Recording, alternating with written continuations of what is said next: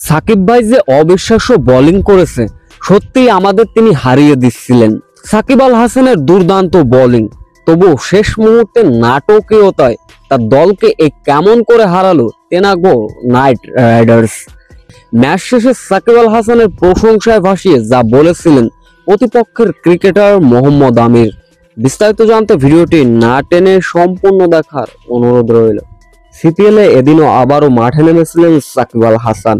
টেনাগো night রাইডার্সের বিপক্ষে আগে ব্যাটিং করতে নামে তার অ্যান্টিগা। শুরুতে অবশ্য ভালো শুরু করতে পারেনি অ্যান্টিগার টপ অর্ডার ব্যাটাররা। এদিন সাকিব আল হাসান ব্যাট হাতে মাত্র 14 বলে 13 রানের সাজঘরে ফেরেন।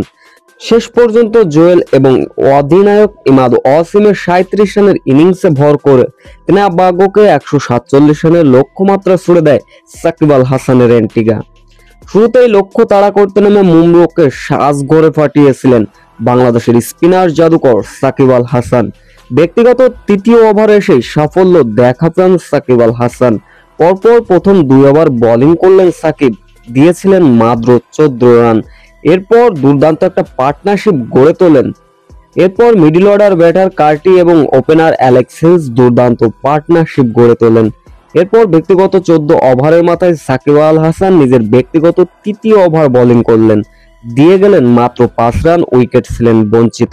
এদিন সাকিব আল হাসান মোট 4 ওভার বোলিং করেছিলেন, 25 রান খরচায় নিয়েছিলেন মূল্যবান 1 উইকেট। তবে শেষ রক্ষা হয়নি অ্যান্টিগার। অ্যালেক্স হেলসের 55, ক্যারেটির 60 রান এবং শেষের দিকে নিকোলাস পুরানের 23 রানের ইনিংসে ভর করে 8 উইকেটের ব্যবধানে 8 বল বাকি থাকতে জয়ের বন্দরে পৌঁছে যায় টেনাগো নাইট রাইডার্স। এদিন অবশ্য ম্যান অব দ্য ম্যাচ নির্বাচিত হয়েছিলেন প্রতিপক্ষের ক্রিকেটার মোহাম্মদ আমির। রীতিমতো সাকিব আল হাসানের প্রশংসায় ভাসিয়েছেন। দীর্ঘদিন পরে সাকিব আল হাসানের এমন অনবদ্য বোলিং দেখতে পেরে সত্যিই অনেক ভালো লাগছে। আমাদের সাকিব আল হাসানের জন্য ম্যাচটি হারতে বসেছিলাম।